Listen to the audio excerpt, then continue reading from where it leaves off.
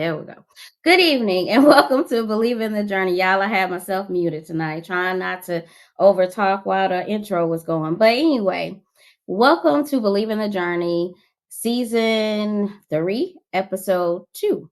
So, you guys have missed me. I know it's okay. I'm good. I'm back now. So, I have a wonderful guest tonight.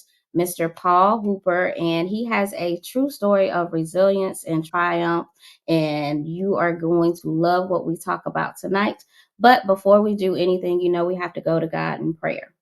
Dear Heavenly Father, thank you for bringing us together as you do each and every time we are in front of you. Let the words of my mouth fall upon the ears that need to hear, and let whatever we talk about tonight fall upon the ears that need to hear. Let this be encouragement to each and every person that listens tonight. Let them take away what they need and pass it along to someone else, even if they feel as if they cannot use it. Everything that we do is because of you. Every trial, every tribulation, every victory is all because of you. Every single step that we take is intentional to the purpose in which you have created us. I thank you for this moment. In Jesus' name we pray. Amen. Now, let me tell you a little bit about my guest here, Mr. Paul Hooper. He has faced some of life's darkest moments, yet he did not give up. Along the way, he turned his passion for fitness into a thriving business. But we're going to get to talk to him about his journey. So, Paul, welcome to the show. Thank you very much for having me. I'm very excited to be here. Well, I thank you for coming and being all the way on the other side. It's 11 a.m. where you are on Friday. It We is. ain't got the It is. Friday yet. The sun is shining. Well, it's all dark over here and cold. So, you know, I got my little warm, fuzzy socks on, trying to stay warm. But introduce yourself to the guest, and then I'm going to ask you a couple of questions, but we're just going to have a regular little conversation. Sounds great. Sounds amazing. Well, yeah, I'm a 46-year-old father of three and husband. I've been in the health and fitness industry for just 10 years.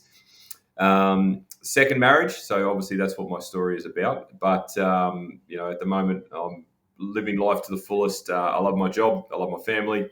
And I couldn't be in a better place at the moment. Well, that is also a good thing, good place to be because everything is wonderful. Now, you mentioned this is your second marriage. Tell me a Yes, little bit about your first marriage. absolutely. So I got married the first time around in the early 2000s, Mhm. 2005. Okay. Um, it was after a very short relationship. So Mhm. upon reflection, I've considered that period of time. I was still very immature in life, not Okay. a lot of life experience. So decisions were sort of made based on emotion rather than logic, and I kind of Okay. that decision as well. So yeah, we'd only been together for a very short space, less than a year, and the marriage went a long period of time. Like it went over 10 years. So and Okay. we had a child. So that's obviously a huge positive to come from it. But it Yes. did well. to say the least. We ended up getting divorced not long after that 10-year period. So. Okay. Um, What led to you getting a divorce? so she was unfaithful, to put it Okay. bluntly, and it wasn't your typical sort of back then there wasn't a lot of dating apps and all that sort of stuff. So Right. technology hadn't evolved to what it is today. Um, but she was unfaithful in a way that was incredibly deceptive. She was Hmm. unfaithful in a way that gaslit me a lot. Oh. It made me feel like I was the problem a lot of the time, and this went on for a good couple of months.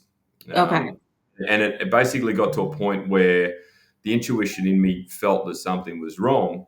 So I actually had to Hmm. hire a private investigator to determine what was actually happening and get to the bottom of the issues because it was just going to continue. And looking back on it now, it's just going to continually be a um, a situation where I was constantly being blamed for my insecurities about our marriage, yet she was the one that was obviously off doing other things. So, yeah, it wasn't a fun time to go through, that's for sure.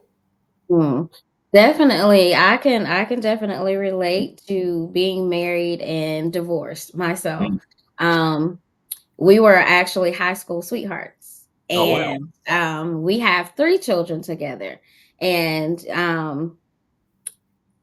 we grew apart more than likely, more or less, I'll say it that way. But it was more upon the fact of his selfishness. He put himself above the safety of our children, and that was the final straw for me. And it was just like, okay, it's time for me to take our children and go.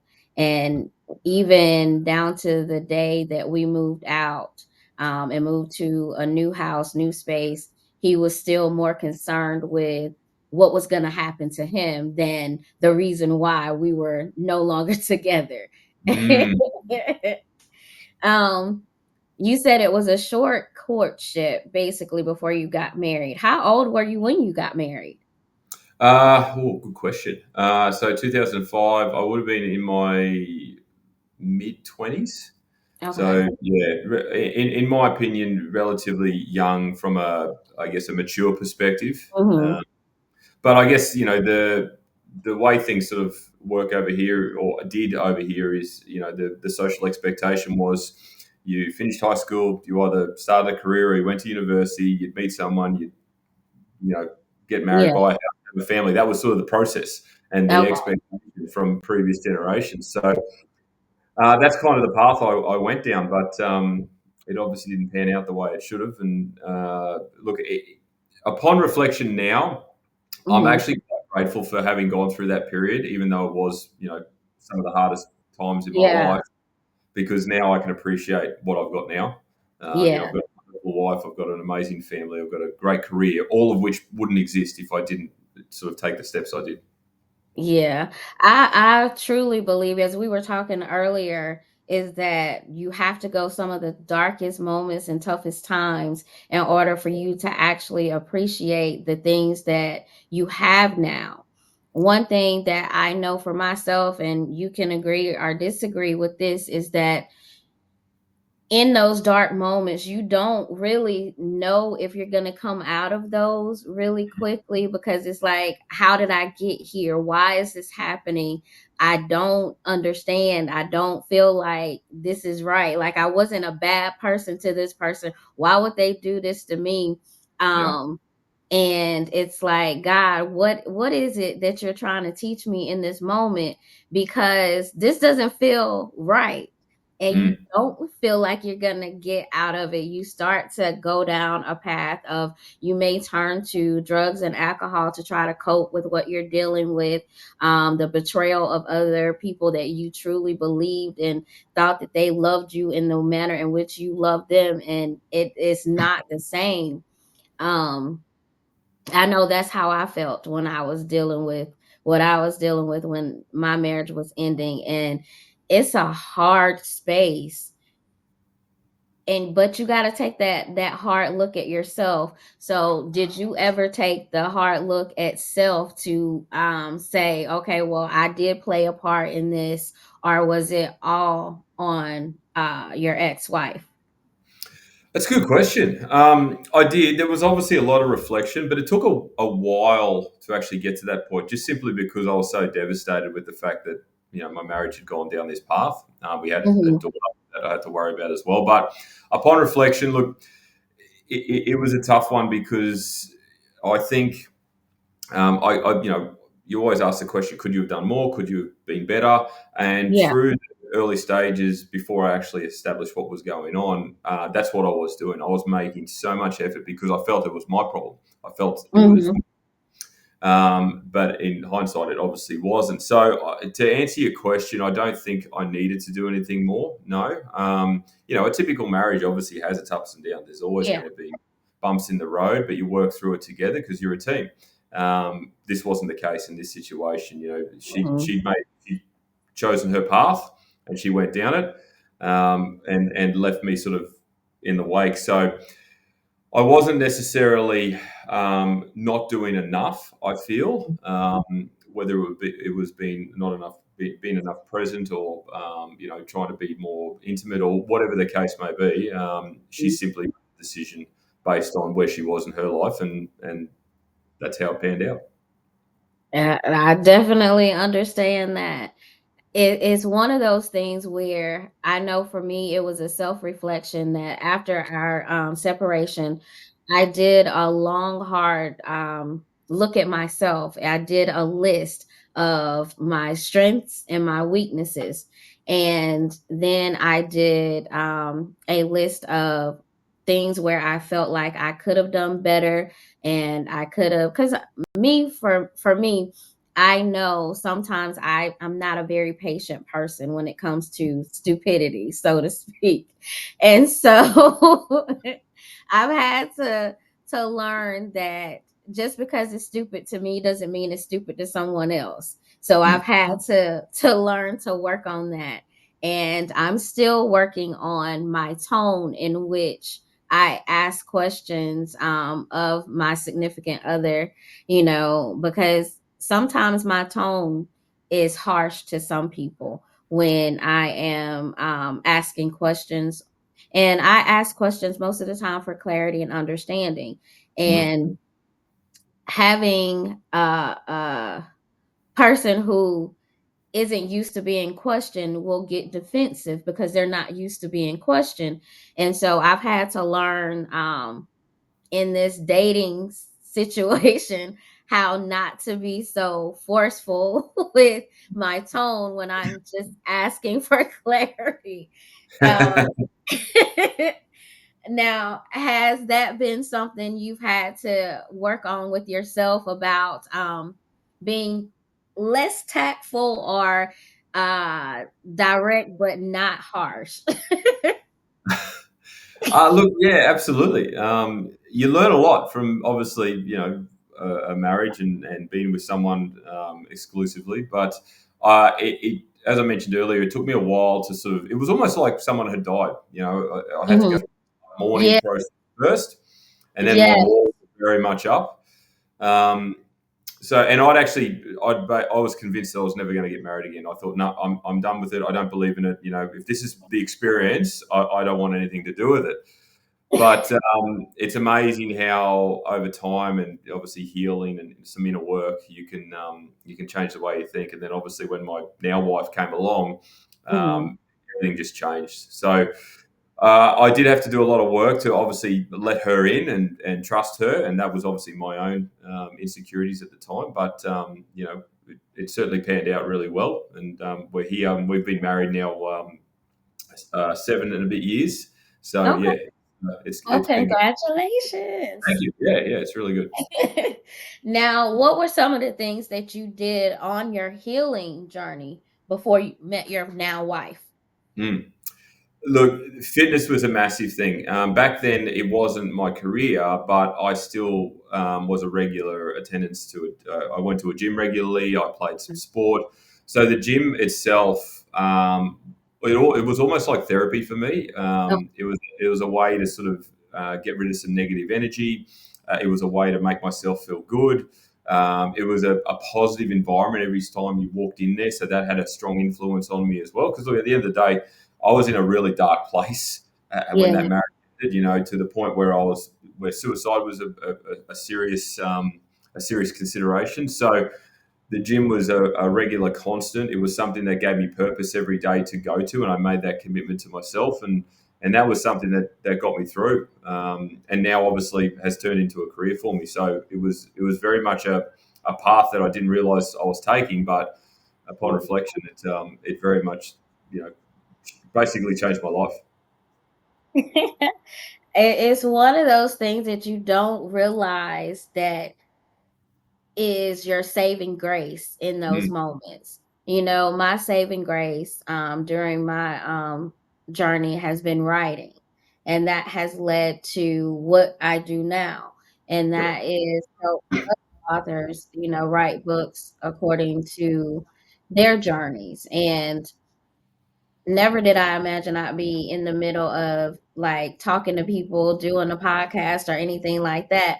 But it's the path. It's those things that you don't think you're gonna need or you're gonna be good at. But one of the things that you tend to do is go to where you find peace and where you find comfort.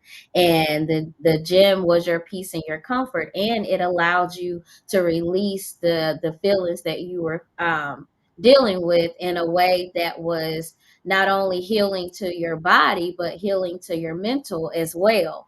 And it allowed you to have a softer space when it was time for you to actually meet your wife. Mm. And how did you guys meet?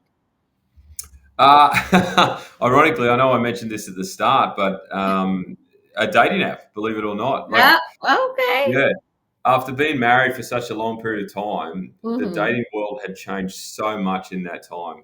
Dating apps were Absolutely. just coming through. People weren't meeting in traditional ways anymore. So I didn't know what to do, and I felt that it was time to start meeting people. So I you know, set up an account on one of these dating apps, and lo and behold, she popped up. So yeah, I guess the rest is history from that Did perspective. But you or it was did really you strange. ask her out first or did she ask you out? That's a good question. I don't remember. We had lengthy conversations initially, so we were back and forth, just sort of Okay. learning about each other, and then I think I probably did. I would say to suggest that we meet and go for dinner. But I couldn't tell you, to be honest. I don't remember.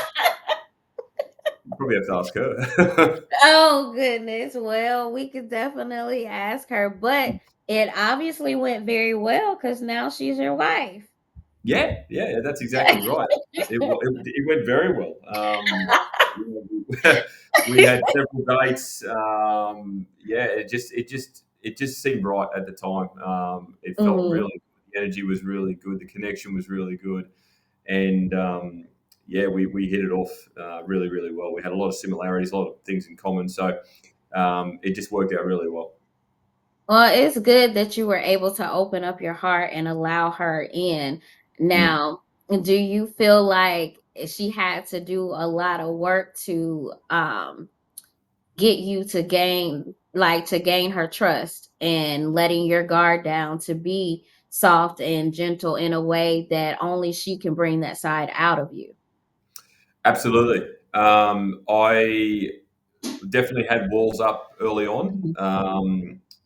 It took a while for us to sort of talk at a deeper level and Mhm. communicate from that perspective rather than just sort of surface level stuff. I initially Mhm. told her, and I was upfront about it, that I didn't want to get married. I put that out there straight away, just so we didn't go too far down the path in case that was a deal breaker for her. Uh, Mhm. but ironically, I having spent a lengthy period of time together, knew that I did want to marry her. It was just a matter of when.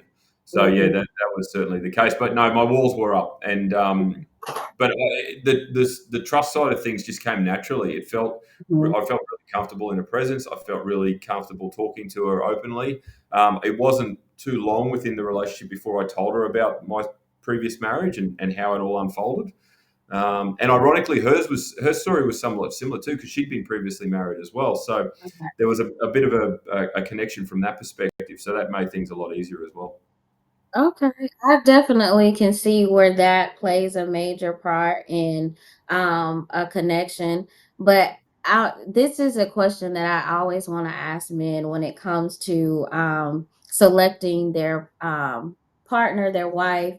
Um, do you guys feel like when your spouse brings you peace is when you can really relax and be the truer form of yourself and not being so hard and tough outside of home. Home Mm. is where you can actually be soft and gentle, but yet still be firm. But do you feel like when you meet that woman, she brings out that version of you of being that softer, um, not necessarily a teddy bear, but being soft and gentle in that sense? That's a good question. I guess because of my age, I've grown up in an environment and a family where the males were the lead. They were the alpha of the family. So Mhm. I always assume that role. But I guess in our relationship now, she's such a calming influence, and we have a collaborative sort of marriage. I don't have to be the decision maker all the time. I don't have to be the disciplinarian all the time. We can very much sort of sit on an even keel when it comes to all that sort of thing. So that's been a bit of an adjustment for me over the time we've been together. Okay. But it's also been a nice one as well. It sort of allows me to be more, I guess, centered, more emotional, more balanced, I suppose, rather than just assume that I've got to be Yeah. that male. Yeah. Well, the other question is, do you feel like I hear a lot of the 50-50, Mm. in relationships. I don't necessarily think that relationships are 50-50. I feel like you give 100% of yourself and your partner gives 100%, but you may not always have 100% to give. But if you're working together, you feel where the other person isn't so full in that moment. And that helps you to build and grow and communicate together. What are your thoughts on that? Absolutely. No, I agree with that. Look, it's it's very much dependent on circumstance. It's very much dependent on your environment.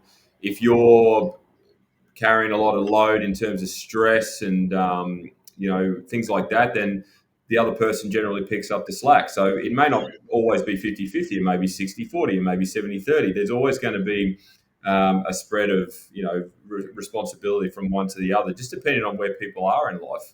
Yeah. Um, there's no such thing as the perfect marriage, in my opinion. You've got to obviously work on it, and you've got to carry emotional load in some instances where the other one might be having to carry financial load or family load or whatever it is. So yeah, it is a balancing act, but that's what makes it so great is that you can work together to refine it and improve it.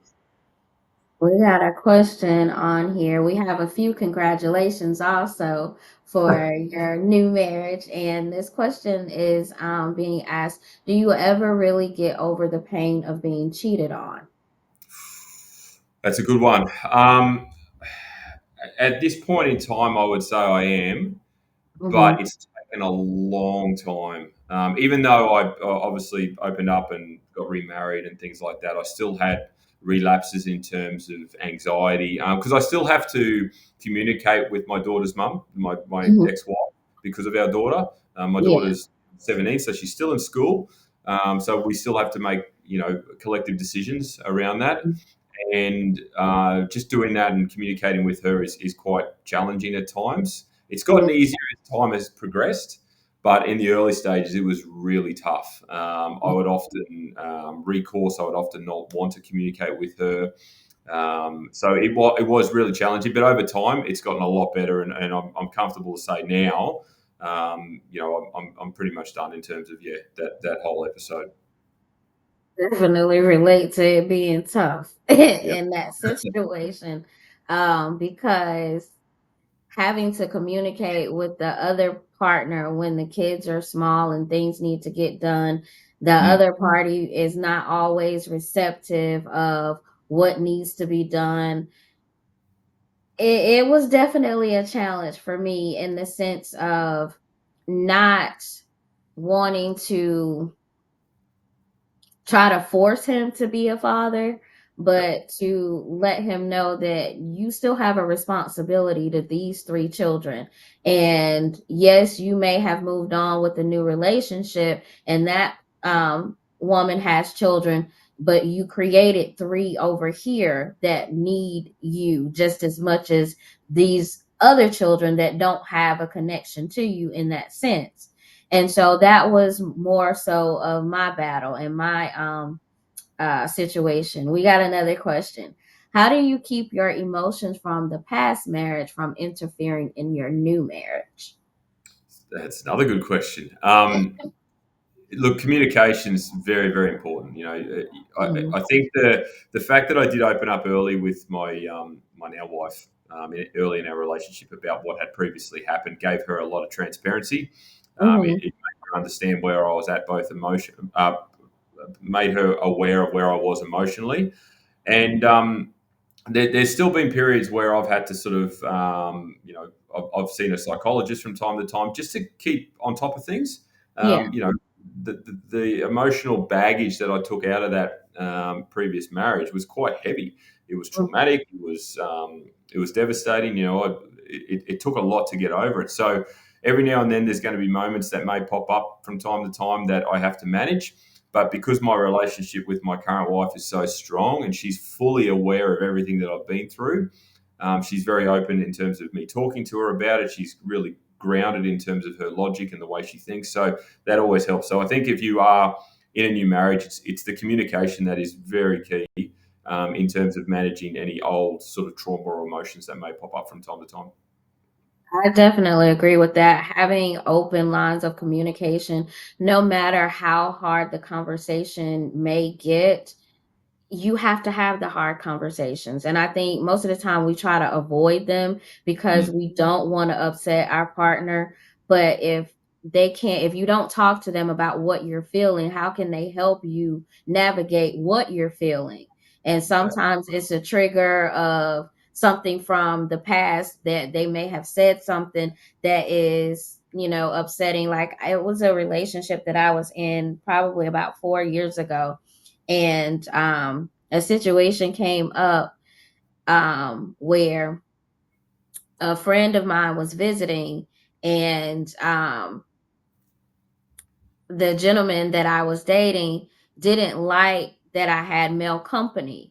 But this was a friend for me from high school and had been with me during a moment of sickness, for me. And so instead of him talking to me about it, he talked to everyone else and said how angry he was at it. And then it was like when I confronted him about him talking to everyone else instead of talking to me, it was like, well, you did something that my ex did and that triggered me. And I said, well, how would I know that? That was never a conversation that was brought up or discussed, because this, your ex had a whole male in her bed. This was not the case in mm, my situation. He was in my house, but my children and everyone was there, and we were having a conversation. No one was undressed or anything. Everybody was fully clothed, children in the room and everything. But he was triggered by the fact that there was another male outside of him being there. So it was his own insecurities that he projected onto me. And it was like, that had nothing to do with me, but you made it my fault because you didn't express what you had been through. And I feel like uncommunicated expectations ruin a lot of relationships, because if you don't express what it is that is a deal breaker for you, number one, if you have unresolved trauma or triggers that you don't express to your partner, how can they know if what they have said or done is upsetting to you if you've never told them? You mm, know, mm. it's a hard thing, and it's a hard space to be when you don't have that open line of communication of, this is what happened to me when I was at this age, or this happened to me when this was going. And it's like, okay, eh. And we got another question. Does your wife get along with your ex-wife, and how does that make you feel? Um, they've certainly tried for our daughter's sake. My ex-wife is very, look, I don't want to paint a terrible picture of her, but she's still a very bitter woman. Mhm. So my current wife certainly made effort, made attempt. We've caught up several times in terms of managing my daughter through, the younger years in life and things like that. Um, yeah, it's challenging right now. No, to answer the question openly, she doesn't. It's not that she doesn't get along. There's just no communication. Most of it's through me, but at the same time, my daughter's 17 now, so she's basically an adult. So Yeah. we converse with directly with her. But they were never going to be friends. Just different personalities, different people in general. Like in a perfect world, that would be ideal because it would mean that everyone's getting along and there's no conflict. But yeah, it didn't end up that way at all. I hate when it's those type of situations, but it just goes to show that there's still a lack of maturity, um, to where you can't get along, you know. And I look at it like this: when the relationship between the two parents, when there's kids involved, at the end of the day, you got to put your pride to the side and do what's best for the children. Now, if Yep. you want to have an argument off to the side, outside, away from the kids, that's fine, but Yep. don't put the kids in the middle of it because they have absolutely nothing to do with it.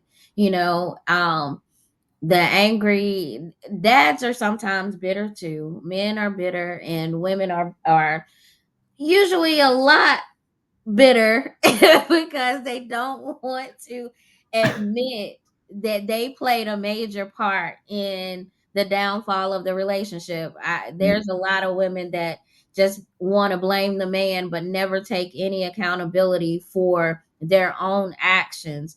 And when I look at it like this, when the woman doesn't want to take accountability for her actions, it just means that it's easy for her to place the blame than accept accountability. And it's like, okay, but he didn't do this by himself. Mm. You did something that made him leave, but you won't admit to what you did. So you blame him completely. You have to take that mirror and turn it back on yourself and say, okay, I did this. Yep. And if you're able to do that, that is where your growth is always going to begin. But it starts with accountability and not denial. But some people like to live on denial street forever. I'm They just do. not one of them people. You know, you can't heal from what you don't acknowledge, you know. And if you want a wound to heal, you gotta have to recognize that it's there and then Mhm. start taking the steps to heal from that. What advice would you give to someone that is in the middle of like uncertainty of staying or leaving Mhm.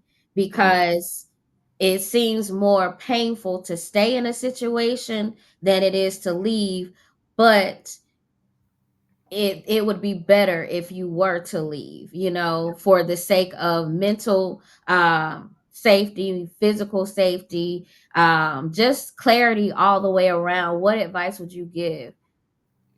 That's a good question. It's very dependent on the on case by case. For Mhm. me, I tried to stay. Like we went and saw marriage counselling. Obviously we had a daughter, so that was a big reason. But I Yeah. ended up having to make the tough call to leave because it was too toxic and it just became too untenable to stay there. So I think just getting all your cards on the table, having some hard conversations are definitely worthwhile. This is where I'm at. This is what I think. Sometimes that can be to the benefit of the relationship, and sometimes it can be at the detriment. But it's got to be done. Otherwise, you're just avoiding what is potentially going to happen anyway, Right. and a potentially nastier sort of situation. So at least with honesty, you can get to the root of the problem straight away, and then make some decisions around that. I think. Yeah, I agree with you on that because it's gonna be a hard conversation, and nobody really likes to have those hard conversations. But the hard conversations are necessary to get you to say, "Okay, we tried to make this work, and maybe we're better as friends than we are being in a relationship together." And Yep. sometimes that is where we need to understand that it doesn't mean that neither one of us are bad people. It just means that we're not good together. And we That's have to figure out how to coexist, especially for the sake of the child if there are children involved. And it's okay if you're not together to be in a space of where you're both at peace, you're not at war with each other, you're not doing all of the back and forth, the bickering, and putting the child in the middle of trying to pick the side of, I want to be with mom, I want to be with dad, I want to do this and I want to do that. And that's truly not fair to the kid because they're like, I love you both. Yeah, of course. Choose, you know? And so your daughter, she's 17 when me and my ex-husband got went through our separation. Our oldest was 13, so 13, 7, and 5, I believe. So around in that area. Um, it was it was it was hard. I will Mm. um but I was at peace because I did a lot of crying and everything before I Yep. finally had had enough. And it was like I was tired of hearing the same argument over and over again. And it's like you're not changing the behavior. So, like you were saying, the gaslighting in Yep. the relationship, that's what it was. And it was the manipulation. And it's like, okay, if I'm complaining to you about something and then you try to you say you're sorry, you do a little bit to make it better, but as soon as you think that I've forgotten about the reason why I wanted you to change this behavior, you go back to doing the same thing again. So it's like, am I really the crazy one in this situation? Or, and so that was what it was. And so it was like, yeah, it's best that we go our separate ways because it's not benefiting either one of us. And the major straw for me was he put our children in jeopardy. Yeah. um Well. and it was just like, okay, this is not gonna work because you are thinking more of self versus putting the welfare of our children in front of what it is for a parent to do. Because as a parent, you're gonna make the sacrifices for your children.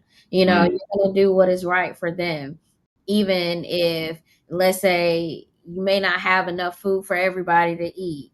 Instead of taking all the food for yourself, you're going to make sure your children eat and you're going to go to bed hungry. That's what it means to sacrifice for your children. And that was not the sense that he was. And it was like, okay, I got to think about me first.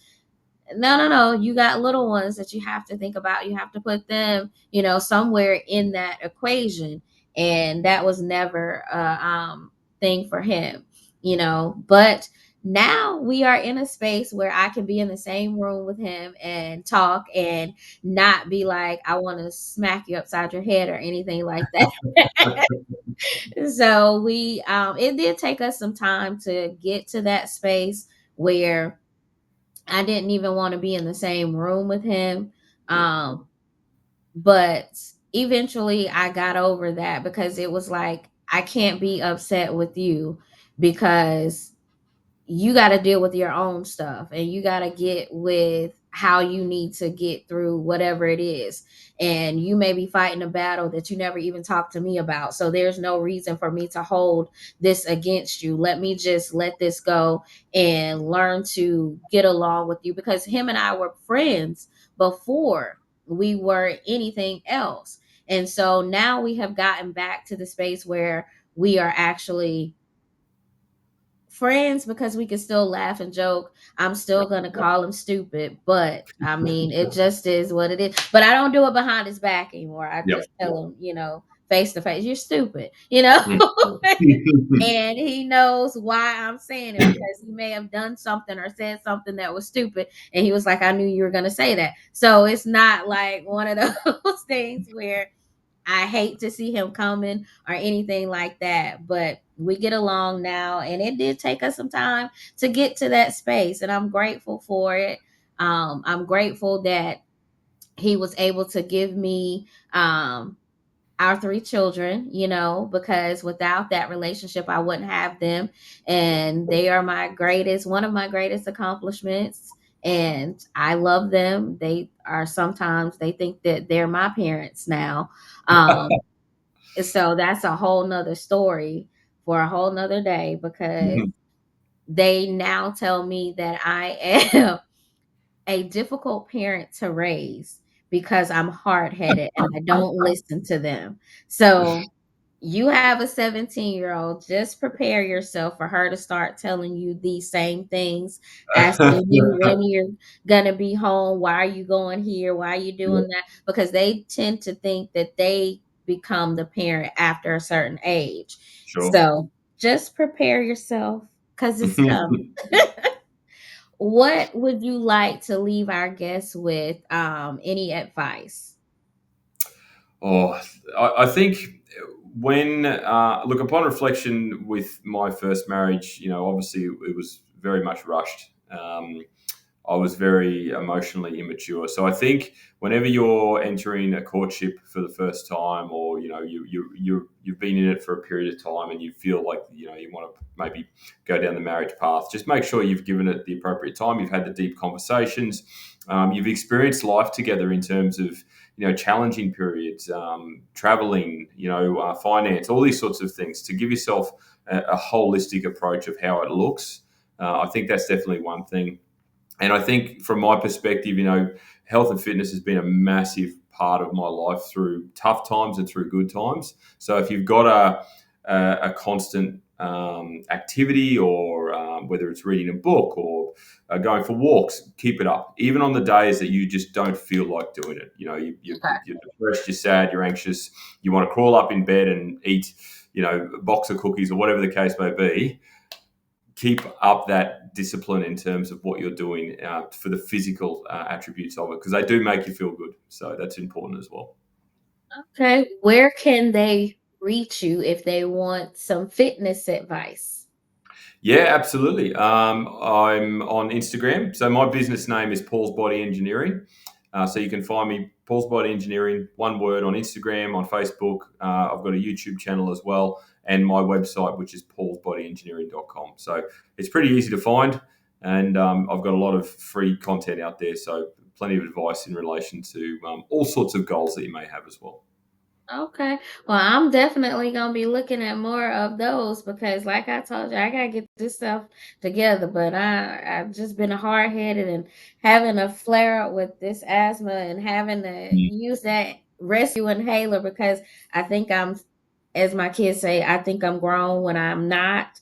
That's where it comes into play because they're quick to say, "Now, yeah, I told you you weren't supposed to be doing all that anyway," and now look at you over there, can't breathe. So I'm gonna take it easy and not be so hard headed, but Mm. I'm still gonna be hard headed in some aspects. Um, One other question before I let you go: Of course. do you feel as if the next chapters with your wife are going to be some of the best that you've ever experienced because you're still letting your guard down and you are open to having those hard conversations because it's going to get better with time? Do you have that feeling? 100% I do. Yeah, absolutely. The next period of time for us is very exciting. It's also a little bit daunting because our kids are getting older. They're going to leave school. They're going to start their own lives. So we'll have, obviously, the empty nest scenario, but that opens the door for us to travel more, to experience life in a different capacity. And that's really exciting. We still have the deep conversations. We still have the tough conversations. I'm still very much pig-headed at times, but as a team, if you will, we tackle things together, and I think that's what's going to make it really enjoyable. Well, that is good. I am glad to hear that. It gives me hope. I am in the middle of about to take a new transition where I'm going to be away from my kids in a different state. So, this is definitely a thing for me where I have been battling my fight or flight mode, Mm, and it's like, ugh, do I run or do I sit and yeah. actually figure this out? So that's where I'm at with this. What advice would you give me on that, just to pace myself, be easy on myself and not so hard and not run away because it's different. Well, without change, there comes no change, right? So Yeah. I guess I've always lent on a question whenever I've had a difficult decision to make in regards to Mhm. life or anything else, and that is, what's the worst thing that can happen? So if you ask yourself that regarding the decision you've got to make, Mhm. I'm sure you'll come to the conclusion that you're looking for. Well, me, I'm always up to challenge myself to something new and different. And I doesn't matter if I'm scared, I'm gonna do it. It's just how do I do it? I guess it's like, okay, do I just go all in or do I just put my toe in just a little bit and see Mm, what happens? But mostly with me, it's always all or nothing mm, because you're right. What's the worst that could happen? yep, You never know if you're going to succeed at or fail at something if you never actually start it. So you actually got to get moving to get it done. So exactly. that's always been my thing. I never set a goal for something. I just say I'm going to do something and then I just go do it. And then afterwards, it's like I might write something down. Let's say I want to cook a recipe, never cooked this recipe before, and it's something that's on the top of my head, and I'm like, okay, well, let me put this together. And I'm like overthinking the whole process, but while I'm overthinking the process, I'm actually doing the steps to actually do the recipe, and Yep. then the finished result is always something that's enjoyable. And they're like, well, how'd you come up with this recipe? Don't know, it was just a thought in the head, so I just did it and you liked it, so it wasn't a failure. But I'm thinking in my head, oh my God, this stuff does not go together. Why are you putting it together? And then it turns out great. So I've never made a recipe that failed so far. So I guess I'm a decent kind of cook. So that's another passion of mine. So that was one of the things that helped me through my healing journey as well. And also just being honest with myself and telling myself what I needed to hear and not what I wanted to hear. And do you think that having people around you who will tell you the truth, no matter how hard it is, played a major part in you, in your growth, in your journey? Oh, 100%. Absolutely. It's really good to have a good circle of support around you. Hmm. Obviously, that you can lean on, but can also be honest with you as well. Hmm. Um, it's very important to hear the truth. Sometimes it's hard to hear, but Yeah. over time, when you sort of remove that emotional part of it and Yeah. can hear the truth for what it is, you can obviously make very clear decisions based on that. So, yeah, I completely agree with that. All right. Well, I'm not going to keep you anymore tonight, but if you are available, just know that I am going to drop your information in our group chat. So Fantastic. just be listening out or reading out, I guess you could say, because it'll be an email or a Facebook message or an Instagram message for you to appear on one of my other podcast sister shows. It has been an enjoyable conversation. Um, Only other thing I can say is growth comes through pain, Hmm. and embrace the pain as it comes, but know that it gets better on the other side because you've grown into a different, more beautiful person on the other side. Is there anything you want to close with for our guest tonight? And then I'm going to say my closing line, and then you're going to have a great day because you're already on Friday. I can't let that go because my Friday is tomorrow. No, look, I think you've summed it up really well. Without pain, there isn't any growth. That's very, very true. I think everyone will experience that in some way, shape, or form as they go through life. So as long as you can sort of embrace it, run through it, not run away from it, you're going to go a long way to having a successful existence. That's for sure. All right. Well, I thank you. And I thank you all for tuning in tonight. And I cannot leave without saying this, and that is stay out of God's business. The only thing that He needs you to do is to be obedient to what He's called you to do. I thank you guys, and I hope you have a wonderful night. Thank you for tuning in. Good night.